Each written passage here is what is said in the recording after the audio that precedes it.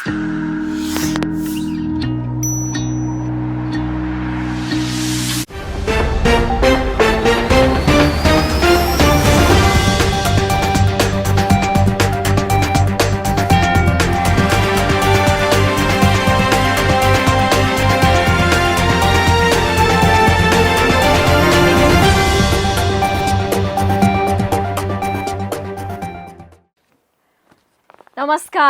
अहिले तपाईँ पालिकाहरूको खबर दिने नेपालको एकमात्र खबर बुलेटिन पालिका खबरमा हुनुहुन्छ म करिश्मा कार्की। आजको पालिका खबर प्रारम्भ गरौं मूल खबरबाट। महोत्तरीको गौशाला नगरपालिकामा अझै बनेन जनता आवास। 2 वर्षदेखि मुसहर बस्तीले पाएनन् आफ्नै घर। अस्थायी टहरा नै मक्किन थालेपछि बस्ती समस्यामा। जुम्लाको चन्दननाथ र भैरवनाथ मन्दिरको गुठी जग्गामा स्थानीयको रजाई। 10 जनाले अझै तिरेनन् सम्झौता बापत रकम। मन्दिरका कर्मचारीलाई तलब दिनै मुस्किल। कोरोना महामारी नियन्त्रणमा पाल्पाको तानसेन नगरपालिकालाई स्काउटको साथ। टोलमा हेल्थ डेस्क राखेर कोरोना बारे जनचेतना दिँदै। नगर विकास कोषद्वारा 3 खानेपानी आयोजनासँग थप ऋण सम्झौता। 25% रकम कोषको तर्फबाट ऋण उपलब्ध। 70% अनुदान सरकारबाट बेहोरिने। र आफ्नो कार्यकालको समीक्षामा जुट्यो भक्तपुर नगरपालिका। अधुरा योजना पूरा गरेरै छोड्ने दाबी।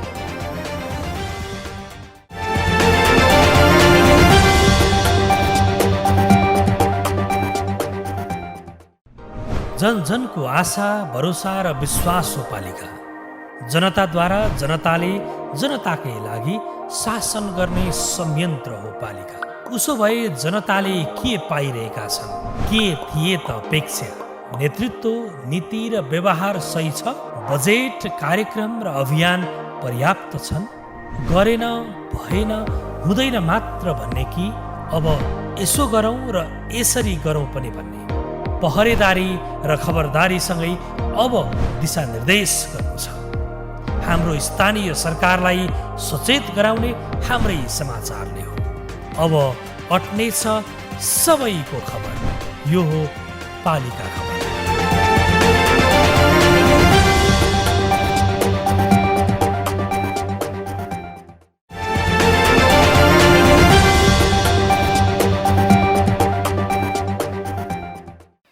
पालिका खबर अब विस्तारमा।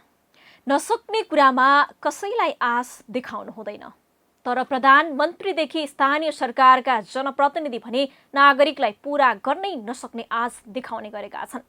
अझ पछिल्लो समय विभिन्न योजना र कार्यक्रम तयार गर्ने नाममा स्थानीयलाई आशमा राख्ने गरिएको छ। यस्तै आशमा महोत्तरीको गौशाला नगरपालिकाको मुसहर बस्ती 2 वर्षदेखि बसिरहेका छन्। प्रदेश सरकारले प्रदेश जनता आवास बनाउने भनेर रोड गाडेको पनि 2 वर्ष भयो, तर न मुसहर बस्तीले घर नै पाए न त राहत नै। अस्थायी टहरा पनि भत्किन लागेको छ। खाना पकाउनका लागि चुलो छैन, सुत्नका लागि न्यानो डस्ना छैन। वर्षा हुनासाथ उनीहरूलाई अत्यास लाग्छ कि छानाबाट छिचोलेर चुइने पानीको सामना कसरी गर्ने भनेर, तर कसैलाई मतलब छैन। महोत्तरीबाट पालिका खबरदाता विशाल बस्नेतको एक रिपोर्ट। दृश्यमा देखाइएको यो रड ठड्याएको झण्डै 2.5 वर्ष पूरा भयो। जनता आवास अन्तर्गत प्रदेश सांसद विकास कोषबाट गौशाला नगरपालिकाका अति विपन्न समुदायका लागि प्रदेश सरकारले झण्डै 3 वर्ष अगाडि 92वटा भूकम्प प्रतिरोधी घर बनाउने जिम्मा लिएको थियो। 2076 सालमा नै घर बनिसक्ने भन्दै सरकारले प्रतिबद्धता जनाएको थियो, तर 2 वर्षसम्म घर बन्न नसक्दा वर्षाका कारणले मुसहर समुदाय बिचल्लीमा छन्। घर बन्ने आशामा अस्थायी टहरामा स्थानान्तरण भएका कतिपय मुसहरको वर्षाको सुरुवातसँगै पानी चुहिने समस्याले रातभरि जागा नै बस्नुपर्ने अवस्था छ। कयौं साना बालबालिका चिसोकै कारण बिरामी हुने गरेका छन्। प्रदेश सभा सदस्य भरत शाहको नेतृत्वमा बन्ने भनिएको 92वटा घरको कार्यसुस्तताले मुसहर समुदायले पनि नेताको आश्वासन भोट फकाउने कड़ीको रूपमा बुझेका छन्। कोई बना दे है, खाइला धकै छी त कति से घर बनतै?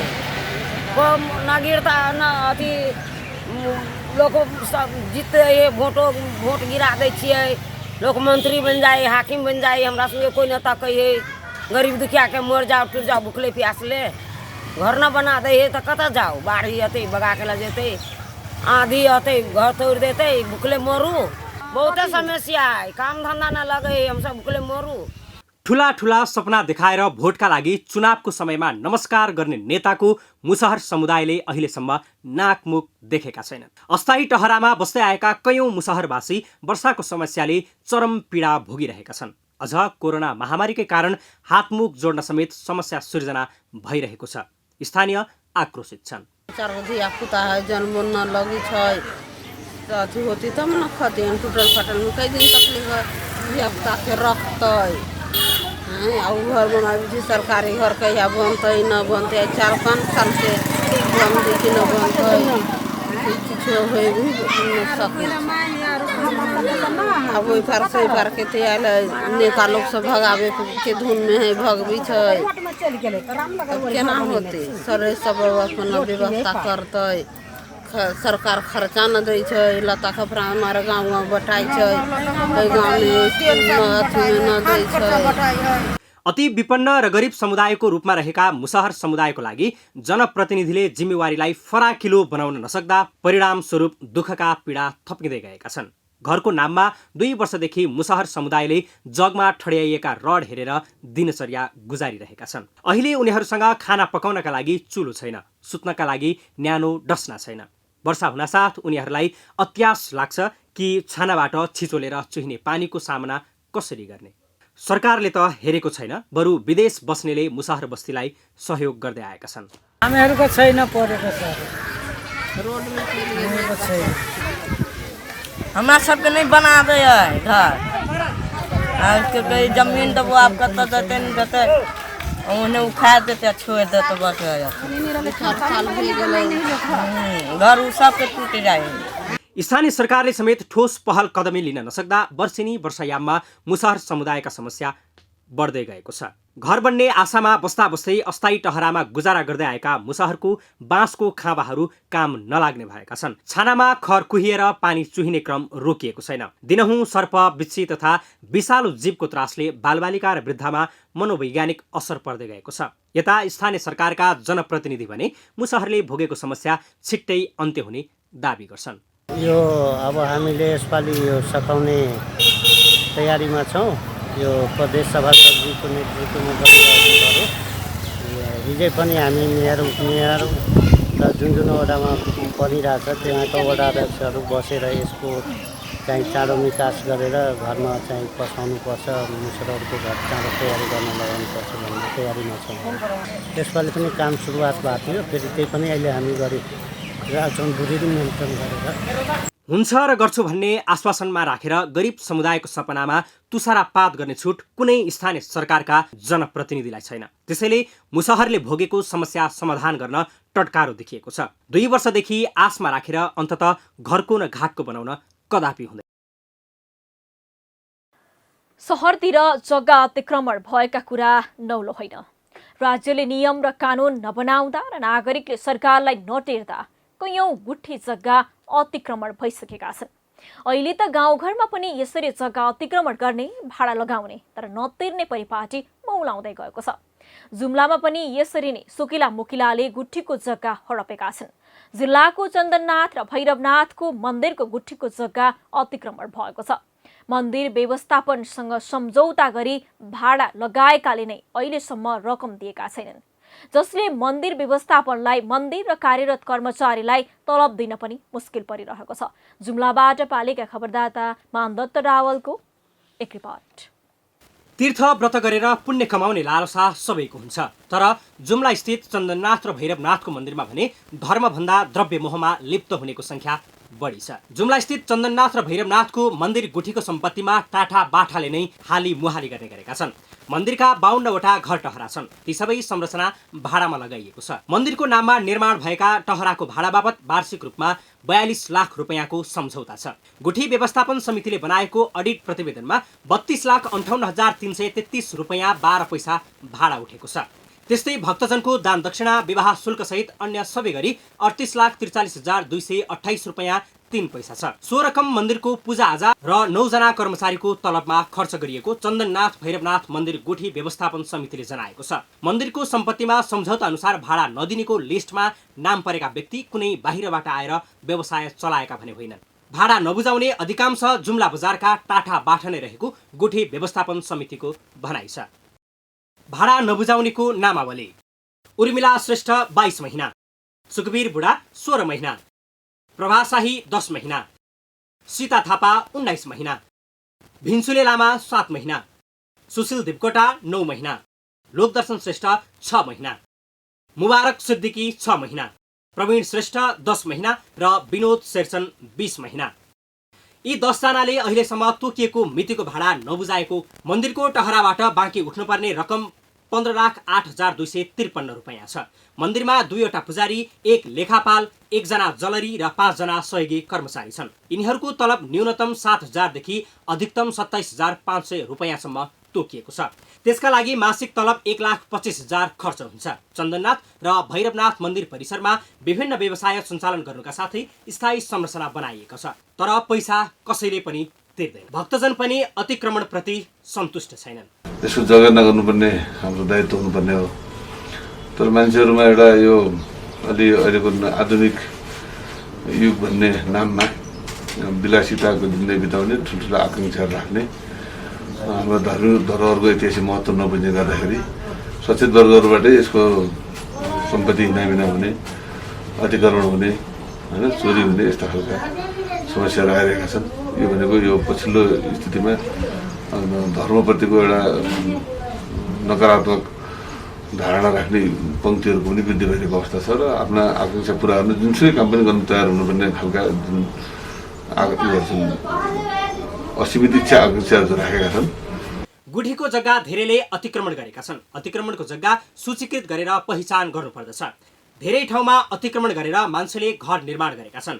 गुठीको सम्पत्ति संरक्षणमा राज्यले नै सोच्नुपर्ने पनि स्थानीयको भनाइ छ। गुठीको जग्गा कहाँ कहाँ छरिएको छ त्यसको एकीकृत गर्नुपर्छ। अहिले त्यो गजकोटको जग्गा थियो, व्यक्तिले घर लगाएर बसेका, अहिले सम्झौता भएको छ, तिनले भाडा तिरिरहेका छन्। अब न्यून भयो भने भाडा तिरिरहेको।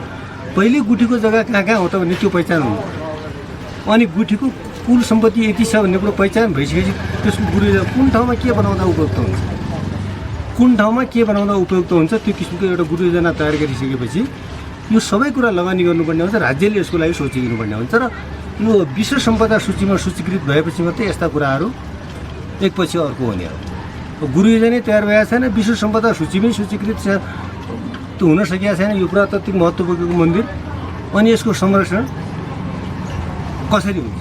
यता गुठी व्यवस्थापन समितिले जसरी भए पनि उठाउनुपर्ने भाडा बापतको रकम उठाउने दाबी गर्दछ। प्रशासनले पनि यसमा कडाई गर्नुपर्ने भनाइ समितिको छ। हामी चिठी लेखेका छौँ, अहिले पनि लेखेका छौँ। किनभने यहाँ त के भन्छ भने 2-3टा कुरो हुनु पर्यो यो बेलालाई बाबु। किनभने सक्रिय समिति, व्यवस्थापन समिति सक्रिय हुनु पर्यो, डिटेक्टिभ प्रशासन हुनु पर्यो, सचेत नागरिक हुनु पर्यो। त्यति भएन भने कानुनी सरलमा त जान्छ हामीले दिएन भने अब त्यही अहिले कानुनी बनाउनु जान्छ भने डरले नै 50,000 हालेर हामीलाई चाहिँ मन थमाएका मात्रै हो। आखिर भाडा दिने निर्णय त 2 लाख रुपियाँ उहाँलाई के को खर्च छ, मागेर पाउनुहुन्छ ऋण उहाँले हाल्न सक्नुहुन्थ्यो। अहिले के अन्य किसिमको समस्या देखाएर उहाँले 50,000 मात्रै हाल्नुभयो त 50,000 गोमन हाल्छु, 50,000 गोमन हाल्छु भनेर टाल्ने काम भइरहेको छ। अब पछि पनि यही अवस्था भयो भने कानुनी सरल मात्रै जान्छ। देशभर गुठीको जग्गा अतिक्रमण भइरहेको छ। राज्यले यसतर्फ ध्यान दिन आवश्यक छ। अधिकांश जग्गा अतिक्रमण गर्नेमा स्थानीय नै रहने गरेका छन्। आर्थिक अपचलन गर्न पल्केकाबाट यसरी गुठीको जग्गा रजाई गर्नु भनेको राज्यको सम्पत्तिमाथि घात गर्नु हो। त्यसैले सम्बन्धित निकायले बेलैमा ध्यान दिन आवश्यक छ। पालिका खबर बुलेटिनमा अब पालो ओपन ब्यालटको। आजको ओपन ब्यालटमा हामीले विपत्ति न्यूनीकरणमा स्थानीय सरकारको भूमिका कस्तो हुनुपर्ला भनेर इलाम, तेह्रथुम र पाँचथरवासीलाई सोधेका छौं।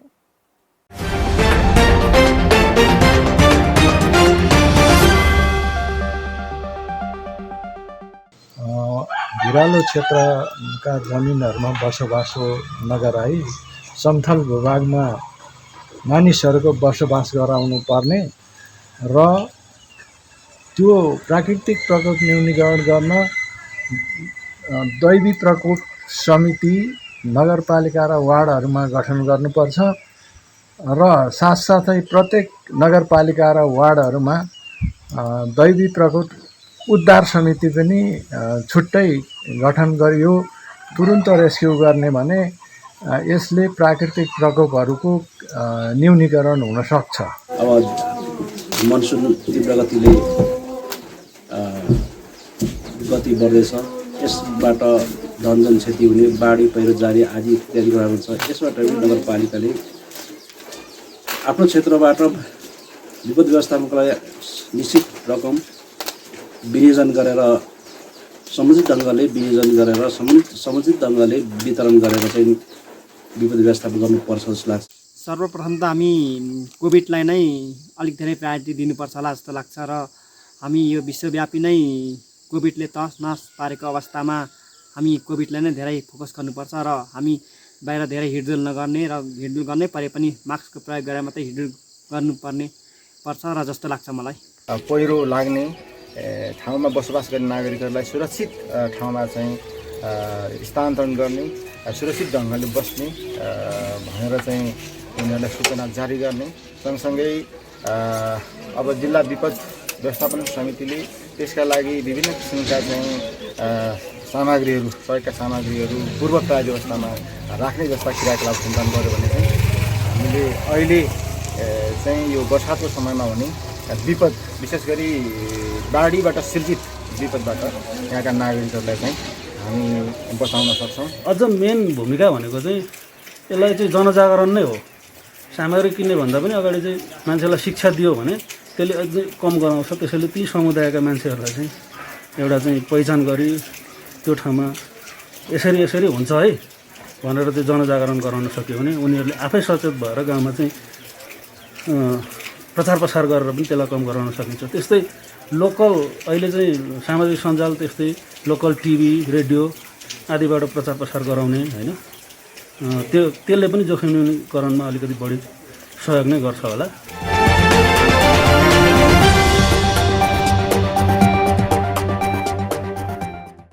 पालिका खबरको सिलसिला अझै जारी छ, त्यसअघि विश्राम अघि मूल खबर। महोत्तरीको गौशाला नगरपालिकामा अझै बनेन जनता आवास। 2 वर्षदेखि मुसहर बस्तीले पाएनन् आफ्नै घर। अस्थायी टोहरा नै मकिन थालेपछि बस्ती समस्यामा। जुम्लाको चन्दननाथ र भैरवनाथ मन्दिरको गुठी जग्गामा स्थानीयको रजाई। 10 जनाले अझै तिरेनन् सम्झौता बापत रकम। मन्दिरका कर्मचारीलाई तलब दिनै मुस्किल। कोरोना महामारी नियन्त्रणमा पाल्पाको तानसेन नगरपालिकालाई स्काउटको साथ। टोलमा हेल्थ डेस्क राखेर कोरोना बारे जनचेतना दिँदै। नगर विकास कोषद्वारा 3 खानेपानी आयोजनासँग थप ऋण सम्झौता। 25% रकम कोषको तर्फबाट ऋण उपलब्ध। 70% अनुदान सरकारबाट बेहोरिने। र आफ्नो कार्यकालको समीक्षामा जुट्यो भक्तपुर नगरपालिका। अधुरा योजना पूरा गरिँदै छोड्ने दाबी।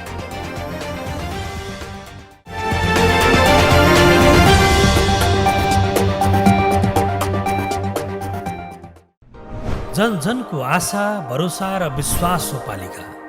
जनताद्वारा जनताले जनताकै लागि शासन गर्ने संयन्त्र हो पालिका। उसो भए जनताले के पाइरहेका छन्? के थिए त अपेक्षा? नेतृत्व, नीति र व्यवहार सही छ? बजेट, कार्यक्रम र अभियान पर्याप्त छन्? गरेन, भएन, हुँदैन मात्र भन्ने कि अब यसो गरौँ र यसरी गरौँ पनि भन्ने? पहरेदारी र खबरदारीसँगै अब दिशानिर्देश गर्नु छ। हाम्रो स्थानीय सरकारलाई सचेत गराउने हाम्रै समाचारले हो। अब अट्नेछ सबैको खबर। यो हो पालिका खबर।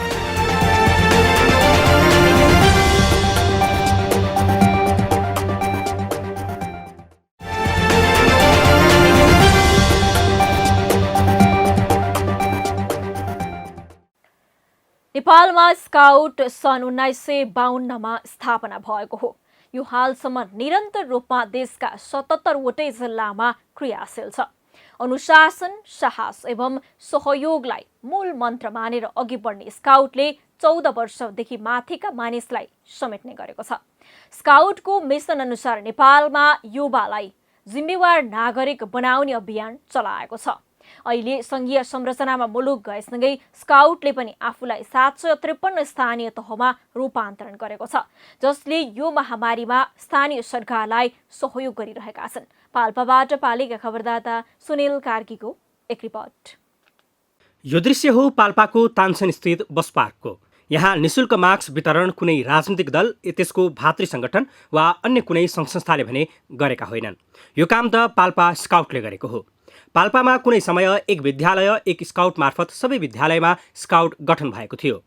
पछिल्लो समय राजनीतिक अस्थिरतापछि निष्क्रिय रहेको स्काउट पुनः पाल्पामा सक्रिय भएको छ। अहिले बस पार्कमा तानसेन नगरपालिका र स्काउट लुम्बिनी प्रदेशको सहकार्यमा कोभिड हेल्प डेस्क स्थापना गरिएको छ। अझै पनि मास्क नलगाई हिँड्ने व्यक्तिलाई मध्यनजर गरेर ज्वरो, श्वास प्रश्वास जाँच, कोभिड सचेतनासहित भिडभाड हुने ठाउँमा पुगेर निशुल्क मास्क, सेनिटाइजर लगायतको स्वास्थ्य सामग्री वितरण गर्ने गरिएको छ। प्रत्येक दिन बिहान 7 देखि 11 बजेसम्म सञ्चालन गरिने हेल्प डेस्कलाई बलियो बनाउन नगरपालिका, सेनाको गोरखदलगण, एनसीसी क्याडेट, सामुदायिक प्रहरी, बस पार्क लगायतले साथ दिइरहेका छन्।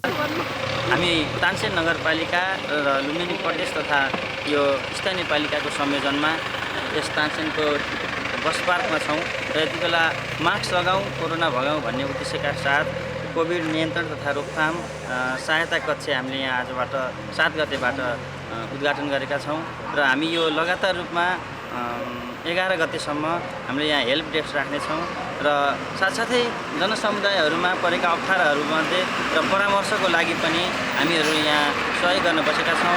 यदि तपाईँहरूलाई कसैलाई समस्या छ भने सम्पर्क गर्नुहोला। मुलुक संघीय संरचनामा गएपछि स्काउट अहिले स्थानीय तहमा निकै सक्रिय भएको देखिन्छ। स्थानीय सरकारको बलियो सारथी बन्ने ध्येयका साथ तानसेन नगर सरकारको सहयोगमा तानसेनमा स्काउटले आफ्नो कार्यक्रमलाई थप चलायमान बनाएको छ। स्काउटले सुरु गरेको क्याम्पलाई उद्घाटन गर्दै तानसेन नगरका नगर प्रमुख अशोक कुमार शाहीले बालबालिका तथा युवा वर्गको क्षमता विकास, दैविक प्रकोप उद्धार तथा सहायता गर्न कार्यक्रम सहयोग हुने दावी गरे। अहिले जुन यो नेपाल स्काउटले हेल्प डेस्क स्थापना गरेको छ, एउटा तानसेनको महत्त्वपूर्ण ठाउँमा, तानसेनको गेटमा, इन्ट्री गेटमा यहाँ आउने मान्छेहरूलाई सचेत गर्ने, यति मात्र होइन घर घरै गएर यसको सचेतनाको कार्यक्रम गर्ने एउटा अभिभारा लिएको छ। यो अभिभाराले हाम्रो यो बुझाइमा फरक आउनेछ भन्ने मैले विश्वास दिएको छु। त्यति मात्र होइन, अरू सङ्घ संस्थाहरूलाई पनि यस्तो काममा लाग्नको निमित्त अभिप्रेरित गर्नेछ भन्ने मैले विश्वास लिएको छु। अरू सबैभन्दा महत्त्वपूर्ण कुरा के हो भने हामीले जहिले पनि समस्या पऱ्यो भने हामीले एउटा ठिक ठाउँमा, बुझेको ठाउँमा सोध्न पाइयो भने त्यहाँ ठिक परामर्श आउँछ। कोभिड नियन्त्रण गर्न पाल्पा स्काउटले सुरु गरेको अभियानप्रति नागरिक पनि दङ्ग छन्। विद्यालयमा रहँदा पहिले स्काउट भएर आफ्नो भूमिका निर्वाह गरेका पुराना स्काउट आबद्ध व्यक्तिले स्काउटको यस गतिविधिप्रति हौसला प्रदान गरिरहेका छन्। पाल्पा स्काउटले सेनाको गोरखदल गणको सहयोगमा युवालाई कोभिड सब व्यवस्थापन तालिम, विपद प्रतिकार्य तालिम, किशोरी लक्षित आत्मरक्षा तालिम लगायतका कार्यक्रम सञ्चालनको तयारी गरेको छ। दोस्रो भेरिएन्ट जब नेपालमा आइपुग्यो, यहाँ आइसकेपछि गाउँहरू धेरै आक्रान्त बने, बजारहरू ठप्प भए, बन्द बने। बिस्तारै यो क्रम केही समय जारी रहँदा फेरि बजार आफ्नो पुरानो लयमा फर्किने गतिमा गयो। नेपाल सरकारका विभिन्न निकायहरूले लकडाउन जारी नै राखेका छन्, तर केही धोल्लो बनाइरहँदा अथवा खुकुल्लो बनाइरहँदा पसलहरू खुलेका छन्। अहिले आम नागरिकहरूले फेरि बिस्तारै हिजो कोभिडको पीडा थियो भन्ने कुरा बिर्सेको बेलामा नेपाल स्काउट, तानसेन नगर समिति र अन्य स्थानीय तहहरू सँगसँगै तानसेन नगरपालिका र लुम्बिनी प्रदेशको सहकार्यमा हामीले कोभिडका विरुद्धमा कसरी लड्न सकिन्छ भनेर पुनः जनचेतना अभियान सुरु गरेका छौँ। देश संघीयतामा गएसँगै स्काउटले पनि आफ्नो संरचनालाई संघीयता अनुसार ढाल्ने प्रयास नगरेको होइन, तर स्काउटको स्पष्ट कार्यविधि पूर्ण नहुँदा केही ढिलाइ हुन गएको स्काउटले जनाएको छ। तर अब स्थानीय सरकारसँग हातेमालो गर्दै अघि बढिरहँदा स्काउटले स्थानीय स्तरमा केही परिवर्तन गर्ने अपेक्षा गरिएको छ। आफ्नो अस्तित्व मात्र नभई स्काउटले देशभर नेतृत्वदायी भूमिका देखाउन भने चुनौती छ। पालिका खबर बुलेटिनमा अब पालो पालिका टकको।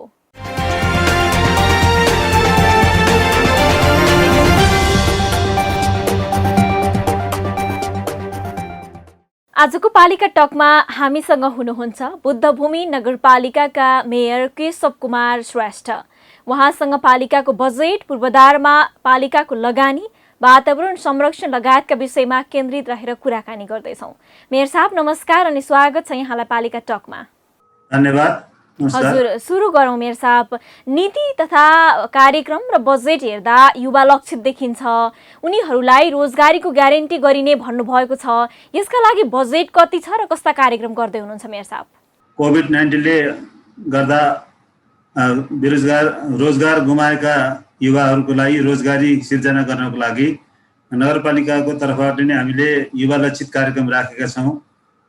त्यसबाट एउटा हाम्रो कार्यविधि पनि निर्माण गरिसकेका छौँ र त्यो कार्यविधिलाई स्वीकार गरेर त्यस परिधिभित्र रहेर हाम्रा युवाहरू सम्पर्कमा आउनुभयो भने हामीले पालिकाको कार्यविधि अनुसार उहाँहरूलाई सपोर्ट र सहयोग गरेर उहाँहरूलाई रोजगारमूलक बनाउने उद्देश्यले केही बजेट त्यस शीर्षकमा पनि हामीले सम्बोधन गरेका छौँ।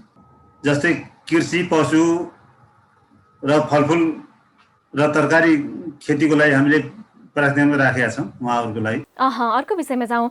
मेयर साहब, गत वर्ष पनि पूर्वाधारमा प्रशस्त लगानी गर्नुभयो, तर कोरोनाका कारण कतिपय योजना अलपत्र नै छन्। यस वर्ष तिनको निरन्तरता पनि होला। यसका अतिरिक्त नयाँ र गौरवको योजना चाहिँ के आउँदैछन् त? अब गत वर्षका केही योजनाहरू त हामी यो कोभिड-19ले गर्दाखेरि गर्न सकेनौँ, त्यो पक्कै पनि हो। सबै ठाउँमा यो समस्या छ। तथापि अब यस वर्ष हामीले गौरवका योजना भनेर हामीले एउटा सडकलाई लिएका छौँ। टिक्कर बुड्डी बिचगोरी हुलाकी सडक छ, सबभन्दा यो पालिकाको महत्त्वपूर्ण सडक हो। धेरै वार्डलाई यसले समर्थ छ र अर्को पालिकालाई पनि जोड्ने हुँदाखेरि यो वर्ष योजनामा अहिले हामीले 8 करोड 30 लाख रुपियाँको बजेटको सुनिश्चित गरेर अब यही भादोको पहिलो हप्तासम्ममा टेन्डर गरेर यसलाई सुरुवात गर्ने प्रक्रियामा हामी छौँ भने त्यसै गरेर गौरवकै योजनामा यो बुद्धभूमि नगरपालिका तालै तालको नगरपालिका पनि हो। यसमा ठुल्ठुला तालहरू छन्। एउटा 65 बिघाको बुड्डी ताल छ, त्यसमा हामीले डिपिआर सम्पन्न गरेर त्यसमा पनि अब 4.5 करोडको कार्यक्रम हामीले यही 15 गते नै सूचना निकाल्दैछौँ र टेन्डर प्रक्रियामा गएर त्यो बहुवर्षीय योजना हो। त्यसमा पनि धेरै किसिमको अब तालमा बोटका कुराहरू छन्, तालमा मन्दिरका कुराहरू छन्, त्यसपछि पिकनिक स्पोटका कुराहरू छन्। घोगी यहाँ थारू बस्ती भएको हुनाले एउटा थारू सङ्ग्रहालय घोगी आकारमा बनाउने भनेर योजनामा हामीले त्यसलाई एउटा गौरवको योजना लिएका छौँ। त्यसलाई मेयर साहब, अब त तपाईँहरूको कार्यकालको अन्तिम बजेट पनि हो। यस अर्थमा पनि बजेट त निकै महत्त्वकांक्षी बनाउनु भयो होला नि, होइन?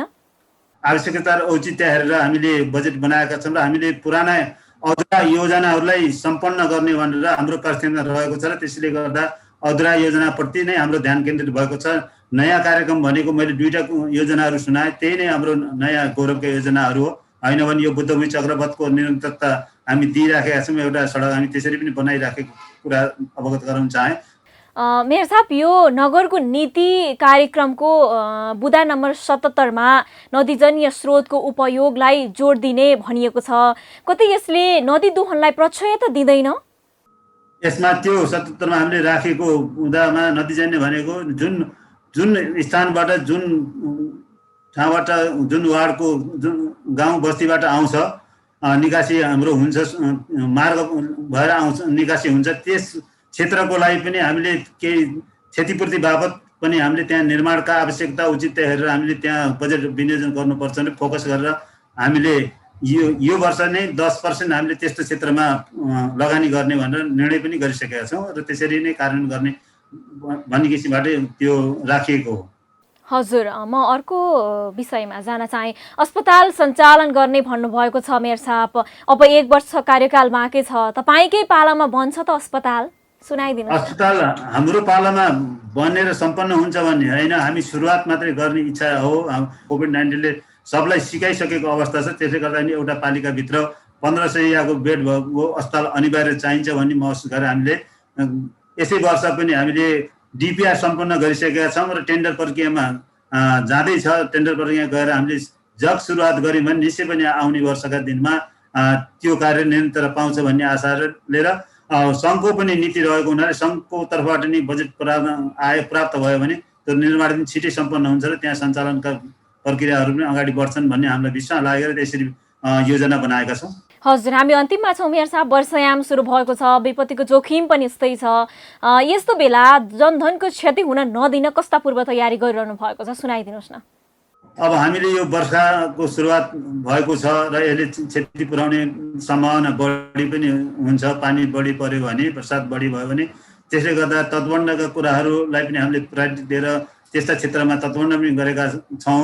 र एउटा हामीले यो विपद कर्नर पनि स्थापना गरेछौँ। 10वटै वार्डमा हामीले विपद कर्नर सामग्रीहरू उपलब्ध गराइसकेका पनि छौँ र त्यसमा यो विपदसँग आवश्यकता पर्ने सामग्रीहरू उपलब्ध गराएका छौँ र हाम्रा जुन प्रहरी बिटहरू छन्, बिटलाई पनि हामी विपद कर्नर सामग्री उपलब्ध गराएका छौँ। हाम्रो इलाका प्रहरी कार्यालय छ, त्यसलाई पनि विपद कर्नरका सामग्री उपलब्ध गराएका छन्। यसरी हामीले सामग्री पनि समेत उपलब्ध गराउँदै गर्दा सचेतना कुराहरूलाई पनि हामीले जोड दिएर जानकारीहरू पूर्व तयारीको लागि हामीले जानकारी गराइराखेको अवस्था छ। विपद व्यवस्थापनको लागि विपद हाम्रो एउटा यो कार्यविधि पनि हाम्रो निर्माणाधीनको चरणमा छ। यसै आउने हप्तामा सम्पन्न गर्नेछौँ र त्यसपछि त्यसले औँलाएका कुराहरूलाई सम्बोधन गर्ने भनेर हामीले बजेटको व्यवस्था पनि गरेका छौँ। हजुर, हस्त मेयर साहब, यो महत्त्वपूर्ण समयको लागि यहाँलाई धेरै धेरै धन्यवाद।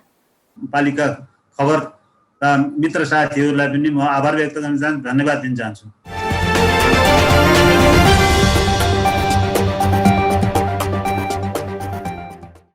अब अट्ने छन् सबैका खबर, यो हो पालिका खबर। पालिका खबरको सिलसिला अझै जारी छ, त्यसअघि विश्राम अघि मूल खबर। महोत्तरीको गौशाला नगरपालिकामा अझै बनेन जनता आवास। 2 वर्षदेखि मुसहर बस्तीले पाएनन् आफ्नै घर। अस्थायी टोहरा नै मक्किन थालेपछि बस्ती समस्यामा। जुम्लाको चन्दननाथ र भैरवनाथ मन्दिरको गुठी जग्गामा स्थानीयको रजाई। 10 जनाले अझै तिरेनन् सम्झौता बापत रकम। मन्दिरका कर्मचारीलाई तलब दिनै मुस्किल। कोरोना महामारी नियन्त्रणमा पाल्पाको तानसेन नगरपालिकालाई स्काउटको साथ। टोल टोलमा हेल्थ डेस्क राखेर कोरोना बारे जनचेतना दिँदै। नगर विकास कोषद्वारा 3 खानेपानी आयोजनासँग थप ऋण सम्झौता। 25% रकम कोषको तर्फबाट ऋण उपलब्ध। 70% अनुदान सरकारबाट बेहोरिने। र आफ्नो कार्यकालको समीक्षामा जुट्यो भक्तपुर नगरपालिका। अधुरा योजना पूरा गरिँदै छोड्ने दाबी।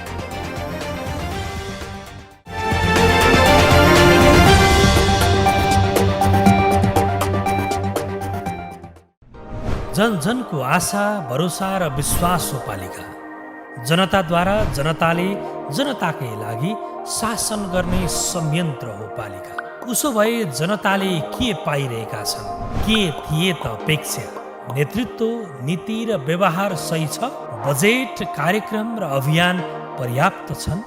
गरेन, भएन, हुँदैन मात्र भन्ने कि अब यसो गरौँ र यसरी गरौँ पनि भन्ने?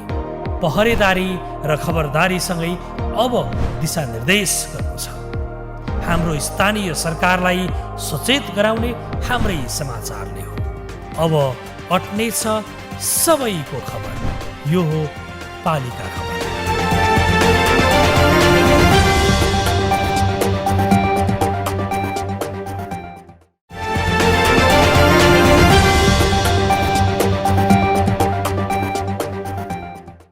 सरकारले आगामी आर्थिक वर्ष 2078-79 को बजेट भाषण गर्दा नगर विकास कोषलाई निगममा रूपान्तरण गरेको छ। शहरी पूर्वाधार निर्माणका लागि पुँजी विकास कोषको काम गर्ने व्यवस्था सोही निगमबाट हुने गरी कोषलाई रूपान्तरण गरिएको भए पनि अहिले पनि कोषकै रूपमा विभिन्न नगरपालिकामा लगानी गर्ने क्रम रोकिएको छैन।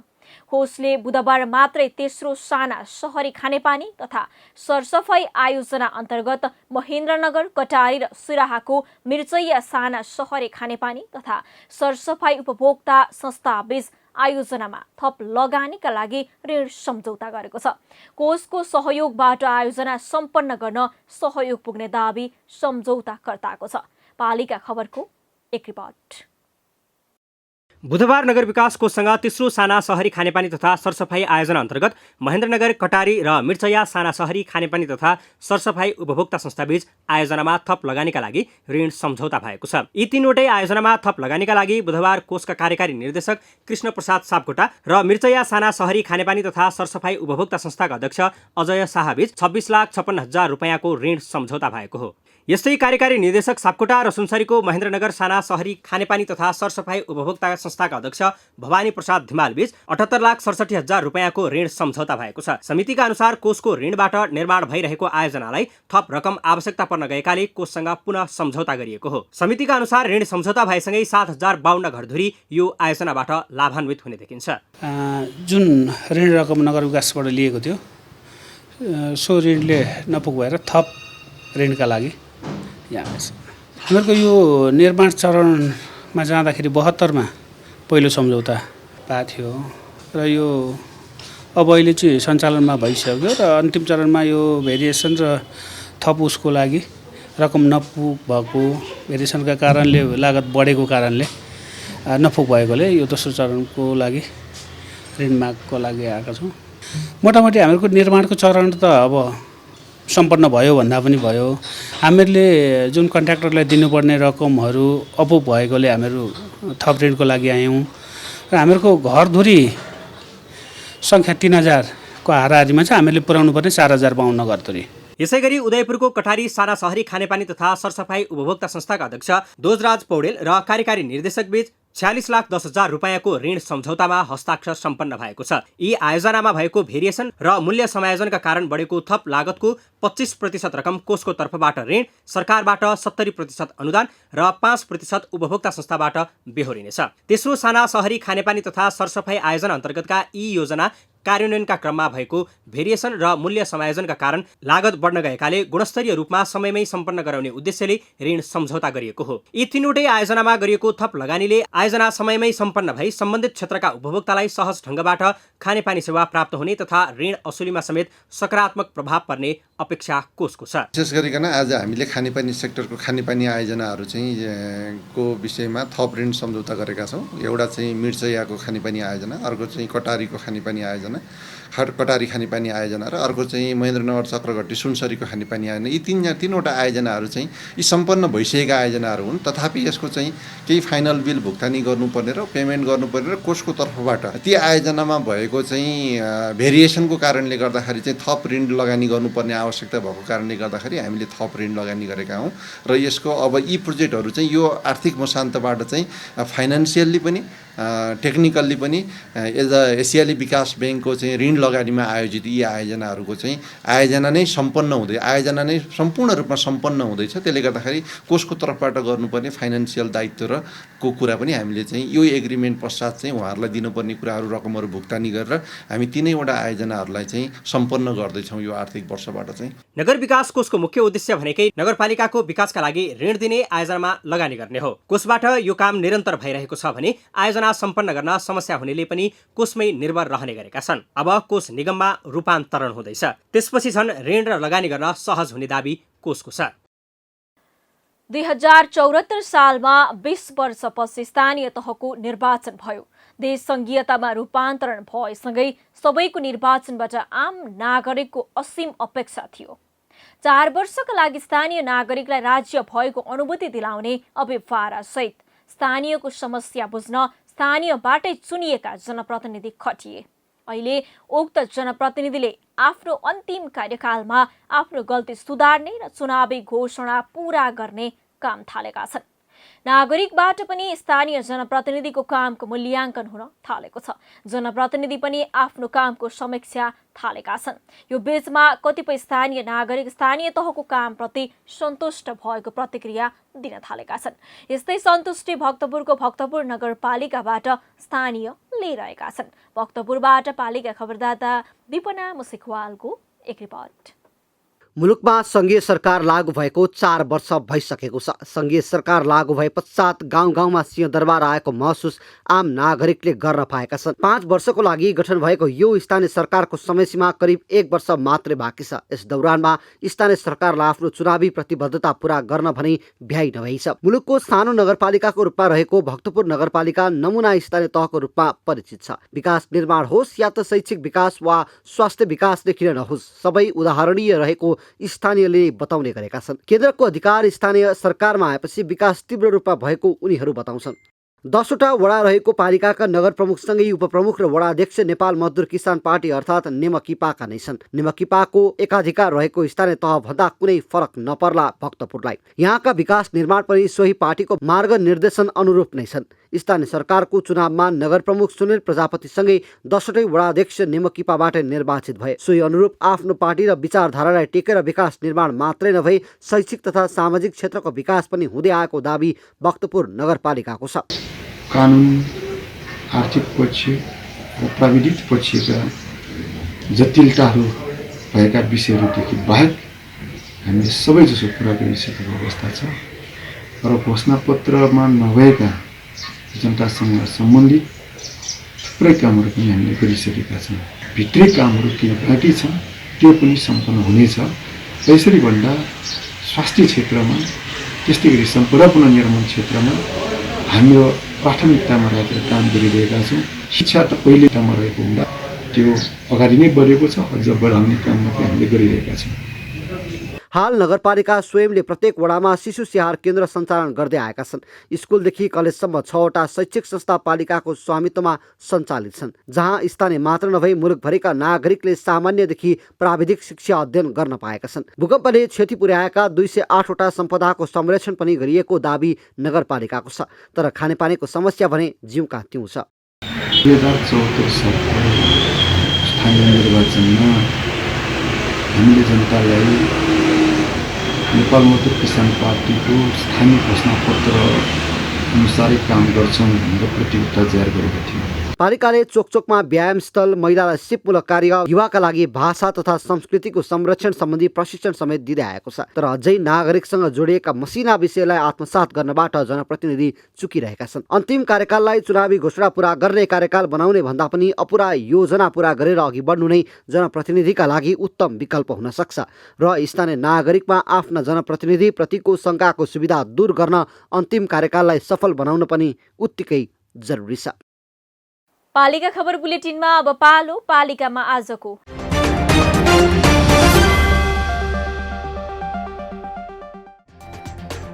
खोटाङको साकेला गाउँपालिकामा व्यक्तिगत घटना तथा सामाजिक सुरक्षा भत्ता दर्ताका लागि घुम्ती शिविर सुरु।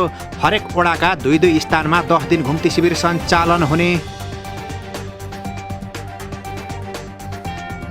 बाजुराको हिमालय गाउँपालिकामा 94 परिवार पहिरोले विस्थापित।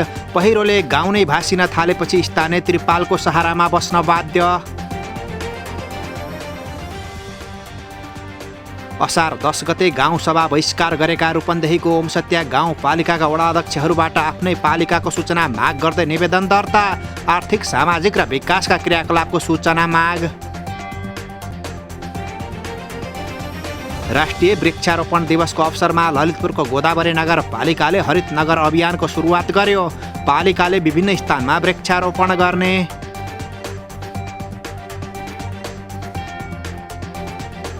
कपिलवस्तुको बुद्धभूमि नगरपालिकाद्वारा किसानलाई मिनी टिलर वितरण।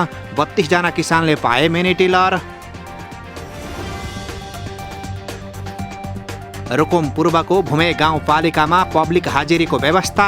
कर्मचारी आए नआएको सेवाग्राहीले सजिलै थाहा पाउने।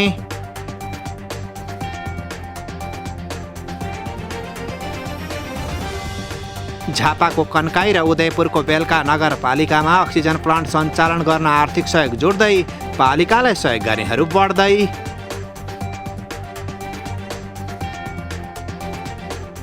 सुनसरीको बराह क्षेत्र नगरपालिकाद्वारा वडा कार्यालयका कर्मचारीलाई सरजमिन मुचुल्का सम्बन्धी अभिमुखीकरण। अब सेवा प्रवाहमा थप सहज हुने। सिन्धुपाल्चोकको मेलम्ची नगरपालिका र हेलम्बो गाउँपालिकाको बाढी पीडित राहत तथा पुनर्स्थापना कोषमा रकम जोड्दै कोषमा रकम सहयोग गर्नेहरू बढ्दै।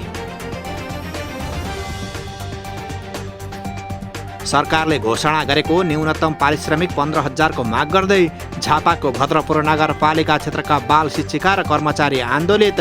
नगरपालिकाले बजेट मार्फत पारिश्रमिक कार्यान्वयनमा ल्याएन।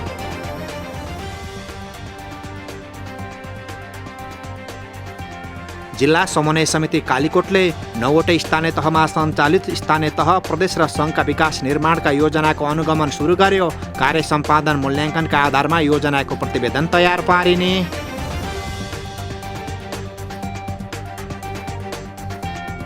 रौतहटको देवाई गोनाही नगरपालिका 8 गोनाहीमा छठ घाट निर्माण हुने, घाटको गरियो शिलान्यास।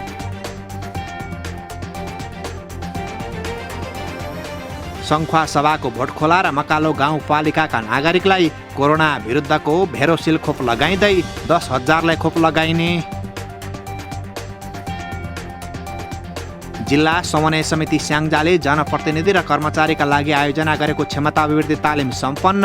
तालिमपछि कर्मचारीको दक्षता अभिवृद्धि हुने अपेक्षा। लाली गुराँस भैँसी पालन कृषि समूहलाई जाजरकोटको भेरी नगरपालिकाले 10वटा उन्नत जातका भैँसी वितरण गर्यो। भैँसी अनुदानमा पाउँदा कृषक दङ्ग। कैलालीको धनगढी उपमहानगरपालिकामा कोरोना संक्रमण रोकथामका लागि अनिवार्य मास्क अभियान सुरु। अभियानमा सहयोग गर्न सबैलाई पालिकाको आग्रह।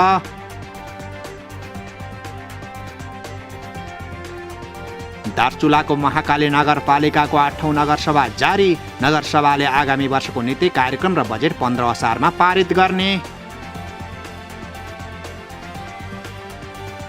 स्थानीय तहले कोरोना परीक्षणको दायरा बढाए। संक्रमित पहिचान गर्न टोल टोलमा स्वास्थ्यकर्मी परिचालन।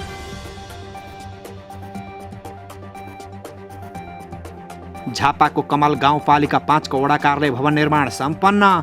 नवनिर्मित कार्यालय भवनको गरियो उद्घाटन।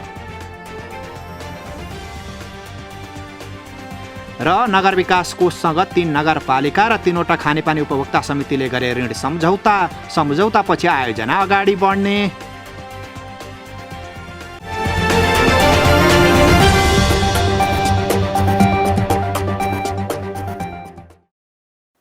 पालिका खबर बुलेटिनको अन्त्यतिर छौं। मूल खबर पुनः एकपटक। महोत्तरीको गौशाला नगरपालिकामा अझै बनेन जनता आवास। 2 वर्षदेखि मुसहर बस्तीले पाएनन् आफ्नै घर। अस्थायी टोहरा नै मकिन थालेपछि बस्ती समस्यामा। जुम्लाको चन्दननाथ र भैरवनाथ मन्दिरको गुठी जग्गामा स्थानीयको रजाई। 10 जनाले अझै तिरेनन् सम्झौता बापत रकम। मन्दिरका कर्मचारीलाई तलब दिनै मुस्किल। कोरोना महामारी नियन्त्रणमा पाल्पाको तानसेन नगरपालिकालाई स्काउटको साथ। टोल टोलमा हेल्थ डेस्क राखेर कोरोना बारे जनचेतना दिँदै। नगर विकास कोषद्वारा 3 खानेपानी आयोजनासँग थप ऋण सम्झौता। 25% रकम कोषको तर्फबाट ऋण उपलब्ध। 70% अनुदान सरकारबाट बेहोरिने। र आफ्नो कार्यकालको समीक्षामा जुट्यो भक्तपुर नगरपालिका। अधुरा योजना पूरा गरिँदै छोड्ने दाबी। हस् त आजको पालिका खबर बुलेटिन यति नै। पालिका बुलेटिन फेसबुक, युट्युब, इन्स्टाग्राम र हाम्रो अनलाइन संस्करण www.palikaKhabar.com बाट हेर्न, पढ्न र सुन्न सक्नुहुनेछ। साथै यो बुलेटिन देशका 77 जिल्लाका रेडियोबाट पनि हरेक दिन सुन्न सक्नुहुनेछ। पालिकाहरूको गतिविधि समेटिने नेपालको एकमात्र खबर बुलेटिन पालिका खबर लिएर भोलि पुनः आउने नै छौं। नमस्ते।